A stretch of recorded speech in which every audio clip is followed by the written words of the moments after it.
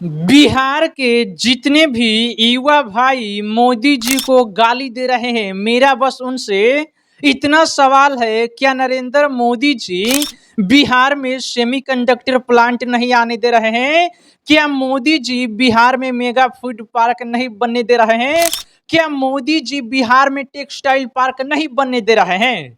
तो जी नहीं मेरे भाई, मोदी जी ऐसा नहीं चाह रहे हैं कि बिहार में ये सब काम ना हो। मोदी जी ये सब चाहते हैं कि बिहार में ये सब काम हो और बिहार भी एक अच्छा विकसित राज्य बने। मोदी जी बहुत अच्छे से सोचते हैं बिहार के बारे में। मोदी जी बिहार को देते भी है, लेकिन खाता कौन है? बिहार के नेताजी लोग। दोस्त, यह वीडियो पूरा देखिएगा। मोदी जी का जितने भी लोग विरोध करते हैं, आज के बाद वो विरोध नहीं करेंगे। मोदी जी सबसे बेस्ट नेता है। मोदी जी जिस तरह से कामें कर रहे हैं, बाकी और कोई भी इस देश के लिए काम नहीं किया है। बिहार के युवा भाइयों से विनती है कि वीडियो को पूरा देखिएगा। मेरे अंदर जितना समझदारी है मैं उतना बताने का प्रयास करता हूं। मोदी जी ये सारी कंपनियां बिहार में नहीं आने दे रहे हैं, ऐसा आप सभी का सोच है ना? ये सोच आपका पूरी तरह से गलत है। बिहार से एक मंत्री है, मतलब केंद्र में मंत्री है, नाम चिराग पासवान है। उनके अंदर आता है मेगा फूड पार्क। वो मिनिस्ट्री उनके हाथ में है। अगर वो चाहे तो क्या बिहार को मेगा फूड पार्क नहीं दे सकते? अगर गिरिराज सिंह चाहे तो बिहार को टेक्सटाइल पार्क नहीं दे सकते? दे सकते हैं। ये लोग कहाँ के हैं? बिहार के हैं। देखिए, रियलिटी ये है कि बिहार के जो नेताजी लोग हैं, ये कैसे भी चाह रहे हैं कि हमको कोई पद मिल जाए और वहां पे बैठ कर आराम से मावा खाए।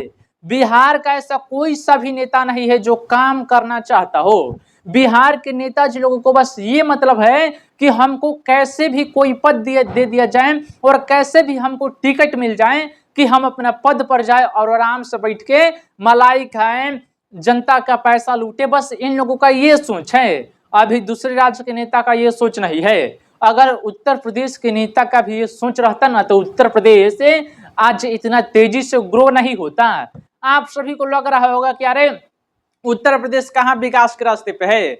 उत्तर प्रदेश की जनसंख्या आपको मालूम है 25 करोड़ की है, और 25 करोड़ की आबादी को इतना तेजी से ग्रोथ मिल रहा है, तो बिहार को क्यों नहीं मिल सकता है? बिहार की जनसंख्या सिर्फ 14 करोड़ है और 25 करोड़ है उत्तर प्रदेश की, फिर भी जमीन आसमान का फर्क दिख रहा है। आज उत्तर प्रदेश में 5 डिफेंस कॉरिडोर बन रहा है, टेक्सटाइल पार्क है, मेगा फूड पार्क है।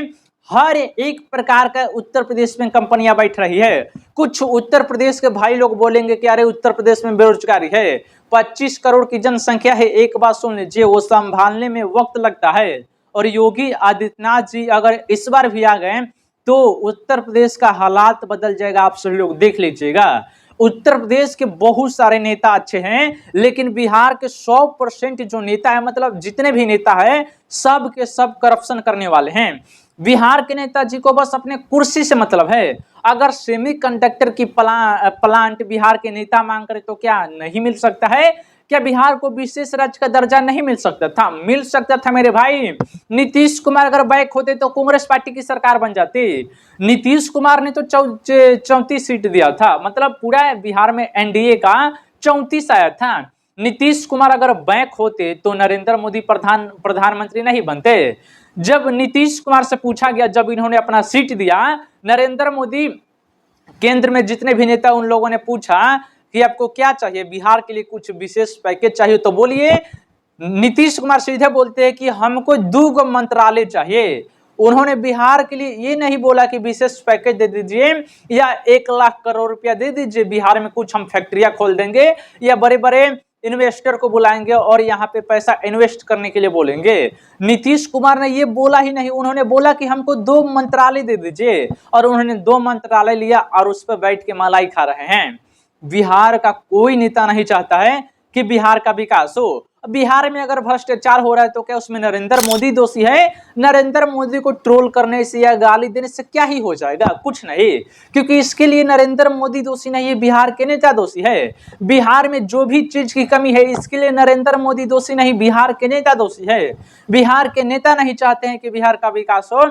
बिहार के नेता अपने बाल बच्चे को सिर्फ देखते हैं। आज संजय जायसवाल की बेटी अमेरिका में पढ़ती है, या अशोक चौधरी की बेटी अमेरिका से पढ़ के आई है। बिहार के जितने भी सांसद विधायक है सब मुंबई के बड़े बड़े यूनिवर्सिटी मेडिकल कॉलेज से पढ़ाई करके आ रही है। बिहार के जो गरीब बच्चे, हम जैसे गरीब लोग, क्या सरकारी स्कूल में जाएं जिसमें कोई पढ़ाई ही नहीं होता है, मास्टर दिन भर बैठ के मोबाइल चलाता है, उसमें क्या हम लोग जाएं?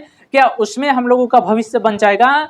नेताजी लोग कैसे भी चाहते हैं कि बिहार के बच्चों का भविष्य खराब हो और बिहार हर दिन हर हमेशा के लिए मजदूरों का राज्य बन के रह जाए। देखिए जैसा नेपाल में हुआ था, एक बार बिहार के भाइयों को वैसे ही करना चाहिए। वैसे नहीं, वैसे तो नुकसान हम लोगों का ही होगा, क्योंकि हम लोगों ने ही तो टैक्स दिया है। तो बिहार में आज विकास से कुछ बहुत हुआ है, थोड़ा बहुत हुआ है, तो हम लोगों का टैक्स के पैसा से हुआ है। अगर हम लोग ही जला देते हैं, हम लोग ही तोड़ देते हैं, तो नुकसान हम लोगों का होगा। देखिए एक एक समाधान है कि पूरे बिहार के नेताजी लोगों का घर का घेराबंदी कर दीजिए और उनसे बस इतना सवाल करिए, जितने भी पढ़े लिखे युवा भाई है वही सवाल करिए, क्योंकि पूरा पहले डेटा कलेक्ट करिए कि कितना इन्होंने काम किया है, कितना नहीं काम किया है। जैसे हमारे यहाँ के सांसद राजीव प्रताप रूढ़ी जी पोस्टर पर लिखवा दिए हैं, सरकार तक ये पहुंचा दिए हैं कि हमने बड़ा बड़ा पुल बनवाया है, हमने बड़ा बड़ा रोड बनवाया है। एक तो उन्होंने ऐसा छपवा दिया है, हमारा जहाँ पे घर बनता है उसके बगल में एक हाईवे है, उन्होंने उस पेपर में छपवाया है कि हमने यहाँ पे 200 करोड़ की लागत से पुल बनवा दिया, लेकिन पुल बना ही नहीं है। हम खुद वहीं के रहने वाले, हम सारण के हैं, तो वहाँ पे कुछ बना ही नहीं है, लेकिन उन्होंने छपवा दिया है, सरकार घर तक नाम पहुंचा दिया है कि हमने यहाँ पे इतना बना दिया है। देखिए आप सभी लोगों को प्रोटेस्ट करना होगा, बिहार के नेताओं के खिलाफ में प्रोटेस्ट करना होगा।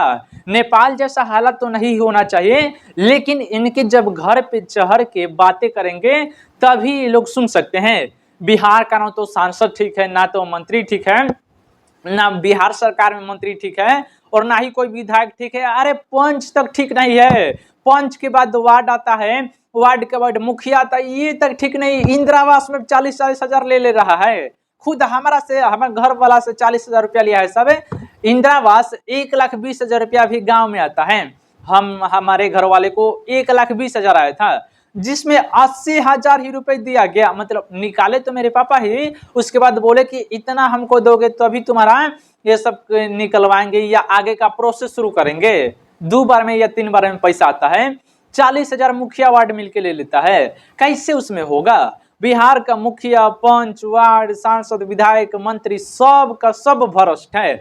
चाहे कलेक्टर को देखिए, प्रशासन का तो हालत आपको मालूम ही है कि प्रशासन किस तरह का बर्ताव करती है। ब्लॉक में जाइएगा, बिना घूस दिए कुछ काम नहीं होगा। बिहार का हर एक सिस्टम में घूसखोरी, भ्रष्टाचारी, बेईमानी है, और इसको सुधारना होगा। आप सभी को आंदोलन करके सुधारना होगा, और इन सभी के लिए नरेंद्र मोदी दोषी नहीं है। आज जेपी नड्डा जी काम तो कर रहे हैं, बहुत अच्छा काम कर रहे हैं। अभी देखिए मोकामा जाने वाला कितना अच्छा पुल बनाया गया है।